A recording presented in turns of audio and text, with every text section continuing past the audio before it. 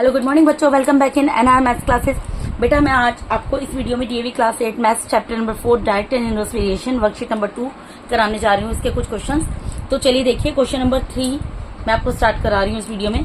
यहाँ पर क्या बोला है, running at an average speed of 40 kilometre per hour a bus completes a journey in 4.5 hours. मतलब एक औसत गति है, एक एवरेज स्पीड है एक बस की। वो कितनी स्पीड रखती है, एवरेज स्पीड क्या है, 40 किलोमीटर पर आवर। मतलब एक घंटे में वो बस 40 किलोमीटर का सफर तय करती है। ठीक है, अब बस complete a journey in 4.5 hours. तो उसने कितने घंटे की जर्नी कंप्लीट की है, 4.5 आवर की जर्नी कंप्लीट की है, जिसमें उसकी पर आवर की स्पीड जो थी वो 40 किलोमीटर थी। ठीक है, how many time will the return journey take if the speed is increase to 45 kilometre. अब देखिए, हम कहीं पर जाते हैं तो वहां से वापस भी लौटते हैं। ठीक है, इसी तरीके से बस जहां पर गई वहां से उसको वापस भी लौटना है, लेकिन वापस लौटते हुए उसने क्या कर दिया, उस बस के ड्राइवर ने, कि जो 40 किलोमीटर पर आवर की स्पीड थी उसको अब उसने इंक्रीज करके 45 किलोमीटर पर आवर कर दिया। यानी कि पहले वो एक घंटे में 40 किलोमीटर चल रहा था, 40 किलोमीटर चल रहा था, लेकिन 1 आवर में अब वो 45 किलोमीटर चल रहा है। तो आपको ये बताना है कि वो अब कितने आवर्स में अपनी जर्नी को कंप्लीट कर देगा। ठीक है, क्वेश्चन आपको समझ आ गया। अब देखिए, हमें यहाँ पर दिया क्या हुआ है, हमें यहाँ पर बेसिकली स्पीड दी हुई है। स्पीड कैसे दी हुई है बेटा, किलोमीटर पर आवर में दी हुई है। और क्या दिया हुआ, टाइम दिया हुआ है। टाइम कैसे दिया हुआ है, टाइम भी हमें आवर्स में दिया हुआ है। जो मुझे दिया मैंने वो चीज लिख ली है, मैंने कुछ भी नहीं किया। अब पहले क्या स्पीड थी उसकी, 40 किलोमीटर पर आवर। ठीक है, और उसको कितना टाइम लगा, 1.5। ठीक है, इतना टाइम लगा। अब उसने स्पीड कितनी कर दी, 45। तो अब उसको कितना टाइम लगेगा ये हमें निकालना है। ठीक है जी, अब आप यहाँ पर आपको एक चीज देखनी है, ये आवर्स दिए हुए हैं, ये किलोमीटर पर आवर दिया हुआ है, ये भी किलोमीटर पर आवर दिया। नहीं भी लिखोगे तब भी चल जाएगा, अपनी अंडरस्टैंडिंग के लिए लिख भी लोगे तब भी कोई गलत नहीं करेगा। अब देखो यहाँ पर स्पीड जो थी पहले 40 थी, 45 हो गई, तो इसका मतलब स्पीड अपनी इसकी इंक्रीज हो गई बस की। अब आप एक चीज सोचो, जैसे आप साइकिल सपोज करो चला रहे हो, उसके पैडल आप मार रहे हो।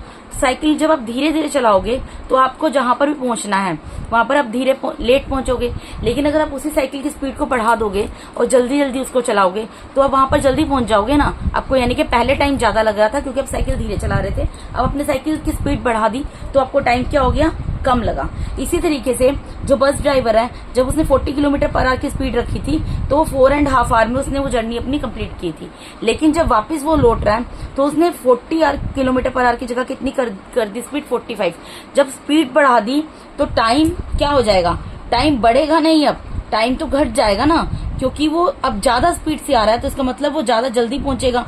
यानी कि पहले जब कम स्पीड से आ रहा था तो 4.5 आवर में पहुंचा, अब उसने 40 की जगह जब 45 किलोमीटर स्पीड कर दी तो वो और ज्यादा जल्दी पहुंचेगा। यानी कि ये जो टाइम आएगा ये अब 4.5 आवर से कम आएगा। यानी मतलब क्या हो गया, यहाँ पर जो है टाइम डिक्रीज हो गया। तो ये मेरे जो एरो है दोनों अपोजिट डायरेक्शन में जा रहे हैं, इस वजह से यहाँ पर कौन सा वेरिएशन लग रहा है, यहाँ पर कौन सा वेरिएशन है बेटा, इनवर्स वेरिएशन। ठीक है, तो अब मैं यहाँ पर क्या, मुझे यहाँ पर लेट करना पड़ता है, जो चीज मुझे निकालनी होती है, मुझे क्या निकालना है, टाइम। तो मैं क्या लिख सकती हूँ, late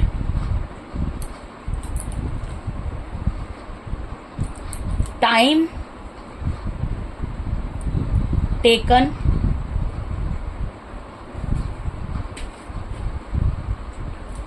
to return journey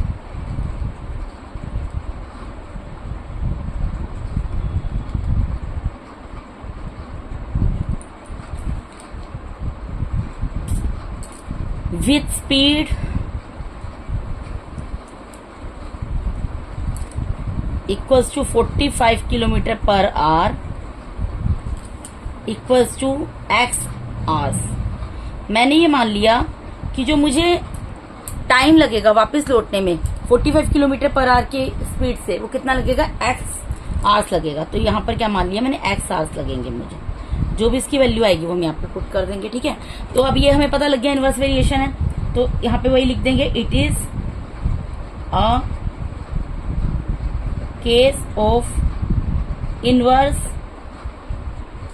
variation as the speed increases देखिए बेटा, जो चीज बढ़ रही है या घट रही है, पहले जो है वो हम लिख देते हैं एज अ स्पीड, जो जिसकी में दोनों वैल्यूज दी होती है ना, हम उसको लिख देते हैं पहले एज अ स्पीड। अब स्पीड यहाँ बढ़ रही है तो मैं इसलिए क्या लिखूंगी, as a speed increases then the time, time क्या हो जाएगा, घट जाएगा, विल डिक्रीज। अपोजिट हो रहा है क्योंकि इसीलिए तो इनवर्स वेरिएशन है, क्योंकि उल्टा हो रहा है, ठीक है।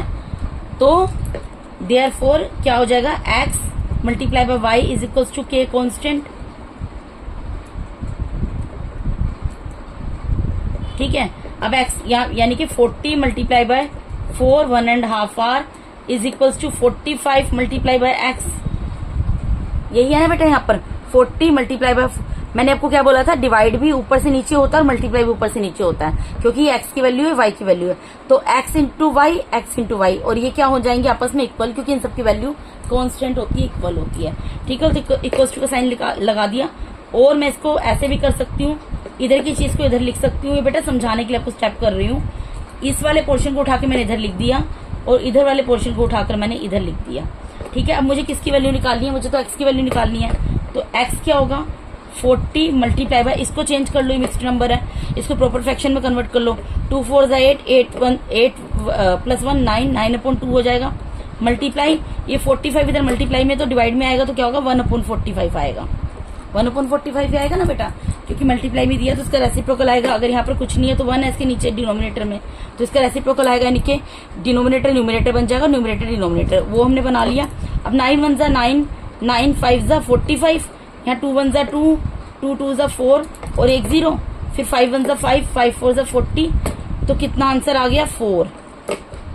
Therefore x is equal to कितना आ गया बेटा, 4 आ गया। x कितना आ गया, 4 आ गया। आप कैंसिल करके देखना बेटा, आप इजीली इसको फाइंड आउट कर सकते हैं। तो मैं लास्ट में क्या लिख दूंगी, therefore the time taken to return journey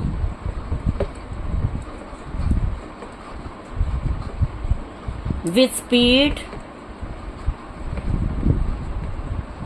45 kilometre per hour is equals to 4 hours.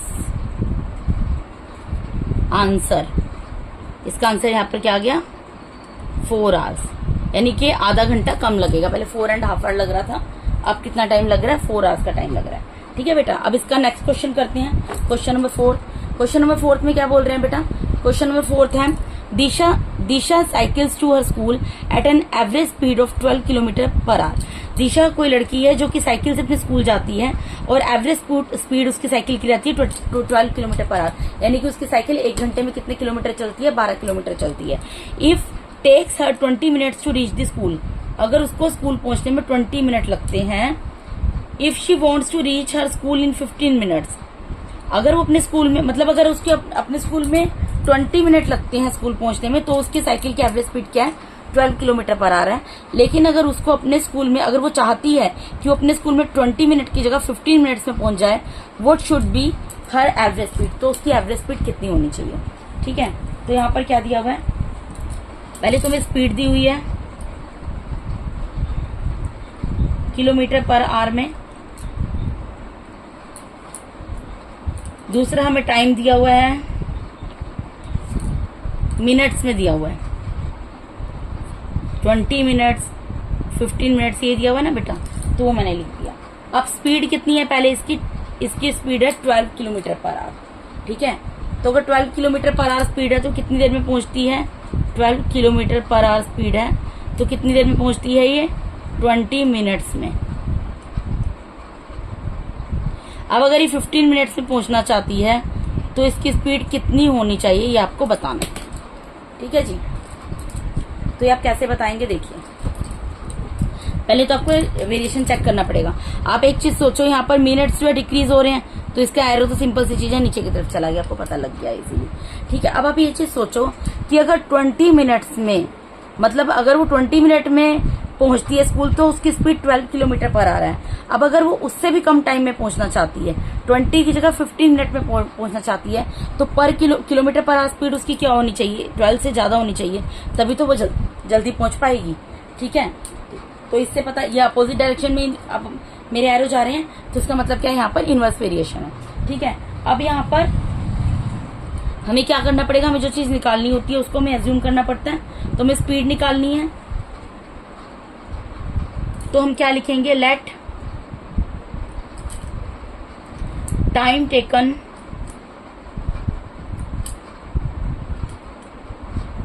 To reach the school in 15 minutes. हमें मान लेते हैं कि उसको स्कूल 15 मिनट्स में पहुंचने के लिए जो टाइम लगेगा वो इक्वल्स टू है x किलोमीटर पर आवर। ठीक है, अब ये कौन सा केस है, ये है इनवर्स वेरिएशन। तो it is clear, it is a case of inverse variation.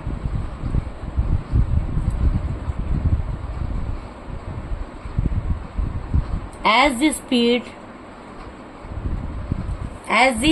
time decreases,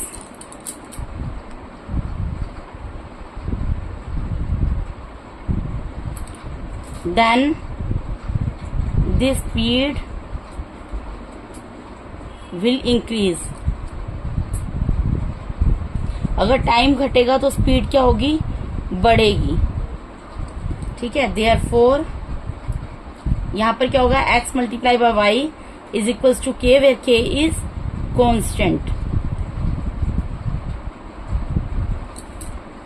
ठीक है, तो इसका मतलब क्या है, आपको क्या करना है, 12 को 20 से मल्टीप्लाई करोगे, इक्वल्स टू का साइन लगाओगे, यहां पर इसको x माना है, इसको x को किससे मल्टीप्लाई करोगे, 15 से, ऊपर से नीचे मल्टीप्लाई होगा, यहाँ 12 20 से मल्टीप्लाई होगा और x 15 से मल्टीप्लाई होगा।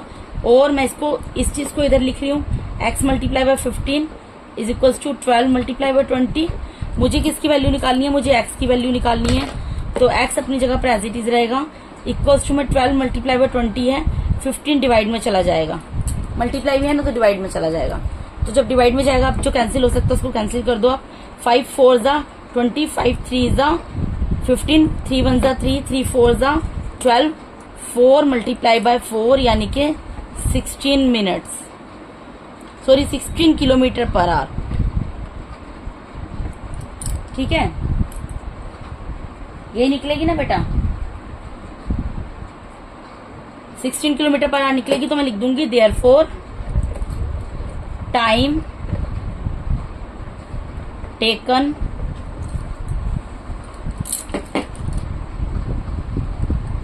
to reach the school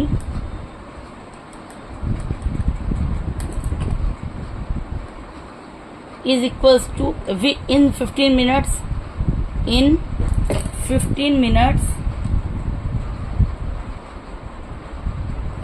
is equals to 16 kilometre per our. Answer. ठीक है, यहां पर आपका क्वेश्चन नंबर 4 कंप्लीट हो गया। अब मूव करते हैं नेक्स्ट क्वेश्चन की तरफ। Question number 5। क्वेश्चन नंबर 5 में क्या बोल रहे हैं, if 15 man can repair a road in 24 days. अगर 15 लोग मिलकर किसी रोड को रिपेयर करते हैं, यहाँ पर देखो ये रहा question, if 15 man can repair a road in 24 days. अगर 15 लोग जो हैं, 15 आदमी जो है मिलकर एक रोड को रिपेयर करते हैं, टूटी फूटी रोड है उसको रिपेयर कर रहे हैं, उसकी मरम्मत कर रहे हैं 24 डेज में, then how long will it take to 9 man to repair the same road. तो अगर 9 लोग मिलकर उसी रोड को, सेम रोड को रिपेयर करें तो उनको कितने डेज लगेंगे। अगर 15 मैन को 24 डेज लग रहे हैं एक रोड को रिपेयर करने में, तो हम आपसे ये पूछ रहे हैं कि 9 मैन को उसी रोड को रिपेयर करने में कितना टाइम लगेगा। ठीक है, तो हमें क्या दिया हुआ है, हमें एक तो यहाँ पर दिया नंबर ऑफ मैन, एक दिया number of days. Number of man पहले 15 थे, 15 मैन जो 24 डेज में काम कर रहे हैं। अब उसी काम को 9 मैन कितने दिन में करेंगे आपको बताना है। अब आप यहाँ पर एक चीज देखो कि यहाँ पर नंबर ऑफ मैन तो डिक्रीज हो गए, ठीक है मतलब 15 आदमी जो है किसी काम को, ये मैन है, और ये भी क्या है, ये भी मैन है, ये क्या है, डेज है। आप सोचो 15 मतलब 15 आदमी किसी काम को 24 दिन में कर रहे हैं, तो 9 आदमी उस काम को कितने दिन में करेंगे? 9 तो बहुत कम हो गए, 8 आदमी कम हो गए, 8 मैन कम हो गए ना, तो ऑब्वियसली उनको यानी कि 24 डेज से बहुत ज्यादा टाइम लगेगा। तो एरो मेरा ऊपर की तरफ जाएगा क्योंकि इसकी वैल्यू 24 से ज्यादा आएगी, क्योंकि नंबर ऑफ डेज अब ज्यादा लगने वाले हैं। क्यों? क्योंकि यहाँ पर नंबर ऑफ मैन पावर कम हो गई है, ठीक है। तो अब मुझे क्या निकालना है? मुझे निकालना है नंबर ऑफ डेज। तो मैं क्या करूंगी, let 9 man can repair the road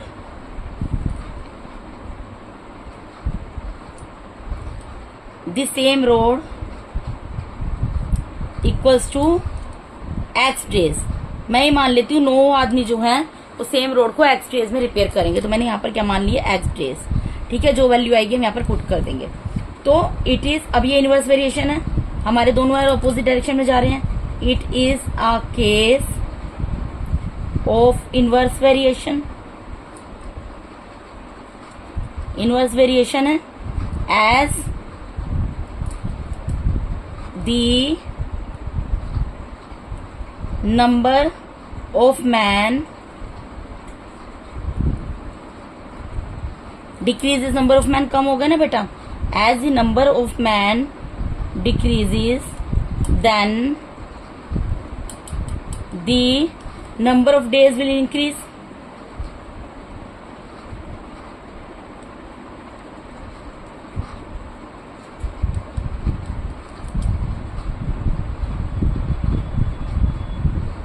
ठीक है जी। तो यहाँ पर क्या हो गया, therefore x multiply by y is equal to k आ जाएगा, वेयर k इज कांस्टेंट।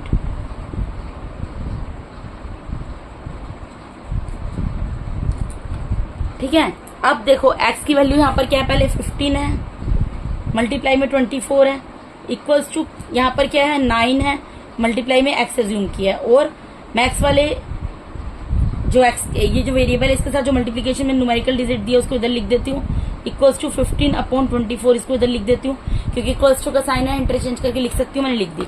अब मुझे फाइनली वैल्यू निकालनी है x की, तो जिसकी वेरिएबल की वैल्यू निकालनी है उसको एज इट इज रहने दो, 15 multiply by 24 as it is रहने दो, अपॉन में ये मल्टीप्लाई में 9 है, डिवाइड में चला जाएगा, 9 1 9, सॉरी ये कैंसिल होगा 3 से, 3 3 9, 3 8 24, ठीक है बेटा। और यहाँ पर 3 1 3, 3 5 15, यानी कि क्या हो गया 5 मल्टीप्लाई बाय 8, यानी कि कितना आ गया 40 डेज। आंसर यहाँ पर क्या आ जाएगा, 40 डेज आ जाएगा बेटा। तो क्या लिखेंगे, therefore 9 man can repair the same road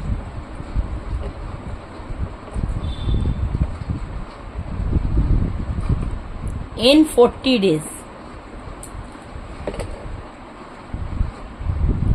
answer 9 लोग उस रोड को कितने दिन में रिपेयर करेंगे, 40 डेज में। ठीक है जी। तो यहाँ पे क्वेश्चन नंबर 5 हो गया। क्वेश्चन नंबर 6 की तरफ मूव करते हैं। क्वेश्चन नंबर 6 में बेटा क्या बोल रहे हैं, if 30 goats can graze a field in 15 days.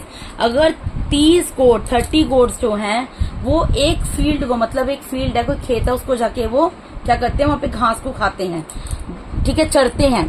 तो अगर वो 15 डेज में कंप्लीट उस फील्ड को पूरा ग्रेज कर देते हैं, then how many goats will graze the same field in 10 days. तो कितने दिनों में सेम फील्ड को, सॉरी, तो कितने गोट्स जो हैं वो सेम फील्ड को 10 डेज में ग्रेज करेंगे। यहाँ पर ये पूछ रहे हैं। देखिए यहाँ पर क्या पूछ रहे हैं, मैं आपको क्लियरली बताती हूँ। यहाँ पे पहली बात हमें दिया हुआ है नंबर ऑफ गोट्स,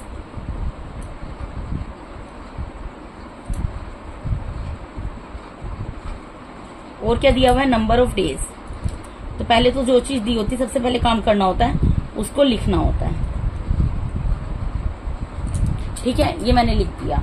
अब इसके बाद मुझे यहाँ पर क्या बोला है 30 गोट्स, नंबर ऑफ गोट्स कितनी है 30 है। 30 गोट्स जो है एक फील्ड को ग्रेज करती हैं 15 डेज में, ठीक है। तो 10 डेज में कितनी गोट्स ग्रेज करेंगी, ठीक है। अब आप यहाँ पर ये देखो, ये क्या दिया हुआ है, गोट्स दिया हुआ है, और ये क्या दिया हुआ है, डेज दिया हुआ है। कोई एक खेत है, ठीक है, 15 दिन के अंदर 15 डेज में 30 गोट्स जो है वहां जाकर पूरी खेत को जो है चर लेती हैं। तो 10 डेज में कितनी गोट्स जाएंगी कि 10 डेज में उस पूरे खेत को, सेम फील्ड को पूरा ग्रेज कर दिया, यानी कि चर लें, ठीक है। तो अब यहाँ पर देखो नंबर ऑफ डेज तो डिक्रीज हो गए। अब आप एक चीज सोचो कि अगर 15 डेज में 30 गोट्स ग्रेज करती हैं एक फील्ड को, तो 10 डेज में तो 10 डेज तो 15 डेज से कम है, यानी कि और सेम जो हमें बोला है, क्या बोला है हमें, how many goats will graze this same field, और सेम फील्ड है तो सेम फील्ड को कितनी नंबर ऑफ गोट्स हैं जो 10 डेज में ग्रेज करेंगी, तो नंबर ऑफ गोट्स तो बढ़ जाएंगी ना यहाँ पर, तभी तो, क्योंकि 15 डेज में तो 30 गोट्स ने कंप्लीट उसको ग्रेज किया। तो अगर गोट्स अब जो डेज है वो कम हो गए, तो इसका मतलब नंबर ऑफ गोट्स बढ़ जाएंगी, तभी तो वो सेम फील्ड को जो है नंबर ऑफ डेज, हम नंबर ऑफ गोट्स बढ़ेंगी तभी तो वो सेम फील्ड को 10 डेज में ग्रेज कर पाएंगी, ठीक है। तो हम क्या करेंगे यहाँ पर, एज्यूम करेंगे जो हमें निकालना होता है, लेट में क्या लिखेंगे, number of goats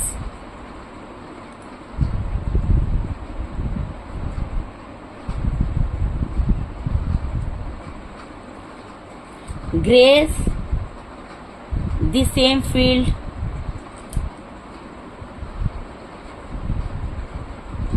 in 10 days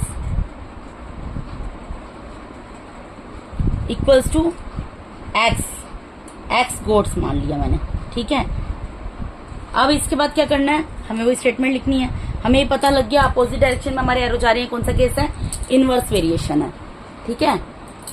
तो therefore it is a case of inverse variation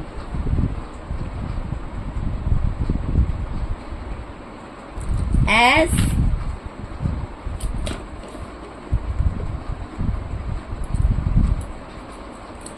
the number of days decreases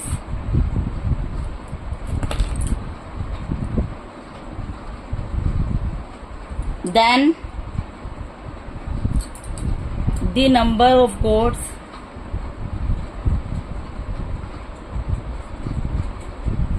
will increase।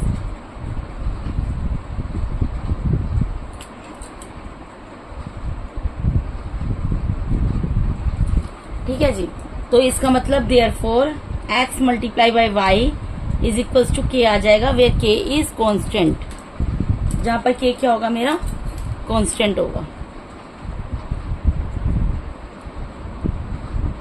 तो आप मल्टीप्लाई कर लो, देखो अब क्या करना पड़ेगा, 30 जो है वो 15 से मल्टीप्लाई होगा, इक्वल्स टू यहाँ पर x माना है, इसकी जो वैल्यू आएगी लिख देंगे, x मल्टीप्लाई होगा 10 से, और मैं ये जो वेरिएबल वाला है इसको इधर लिख सकती हूँ, मैं यहाँ पर कर सकती हूँ x multiply by 10 is equals to 30 multiply by 15। मुझे किसकी वैल्यू फाइंड आउट करनी है, मुझे x की वैल्यू फाइंड आउट करनी है, तो x अपनी जगह पर एज इट इज रहेगा, ठीक है। इक्वल्स टू क्या हो जाएगा, 30 मल्टीप्लाई बाय 15 अपनी जगह पर एज इट इज है, अपॉन में चला जाएगा, 10 मल्टीप्लाई में है तो डिवाइड में चला जाएगा। अरे यहाँ पर अब यहाँ पर 1 0 से 1 0 कैंसिल हो जाएगा, क्या बचा 3 मल्टीप्लाई बाय 15, तो 15 3 से क्या होता है 45, यानी कि क्या निकल गया 45 गोट्स। यानी कि मैं क्या लिख दूंगी यहाँ पर, therefore number of goats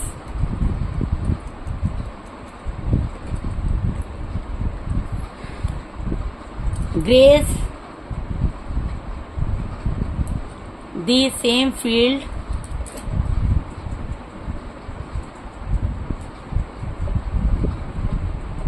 in number of goats graze the same field in 10 days is equals to 45 goats, या ऊपर भी लिख सकते हो 45 गोट्स जो है graze the same field in 10 days, कुछ किसी भी तरीके से लिख दो आंसर, ठीक है बेटा। तो ये आपका इस क्वेश्चन का आंसर आ गया। यहाँ पर क्या निकल गया, एक्स की वैल्यू 45 गोट्स, यानी कि 15 डेज में अगर 30 गोट्स सेम फील्ड को ग्रेस करती हैं तो 10 डेज में 45 गोट्स चाहिए होंगी जो कि सेम फील्ड को पूरा ग्रेस कर सकें। ठीक है जी, तो ये इस क्वेश्चन का आंसर आ गया बेटा। तो इस वीडियो में मैंने आपको DAV class 8 maths chapter number 4 direct and inverse variation की वर्कशीट नंबर 2 का क्वेश्चन नंबर 3, 4, 5 एंड 6 पूरा कंप्लीट करा दिया बेटा। अगर आप मेरे चैनल पे नए हैं तो काइंडली मेरे चैनल को सब्सक्राइब कीजिए। अगर आप लोगों को मेरा टीचिंग मेथड अच्छा लगता है तो मेरे वीडियोस को ज्यादा से ज्यादा लाइक कीजिए, अपने फ्रेंड्स के साथ शेयर कीजिए। अगर अभी तक आप लोगों ने बेल आइकन को प्रेस नहीं किया तो काइंडली बेल आइकन को भी प्रेस कर दीजिए ताकि मेरे आने वाले वीडियोस का नोटिफिकेशन आप लोगों को टाइम टू टाइम मिलता रहे। और अगर आप लोगों को कोई भी डाउट है तो आप अपने डाउट को आप कमेंट बॉक्स में लिखकर सेंड कर सकते हैं, उसको डेफिनेटली सॉर्ट आउट करूंगी। And once again thank you so much for watching my YouTube videos बेटा। Thank you so much, God bless all of you, thank you so much.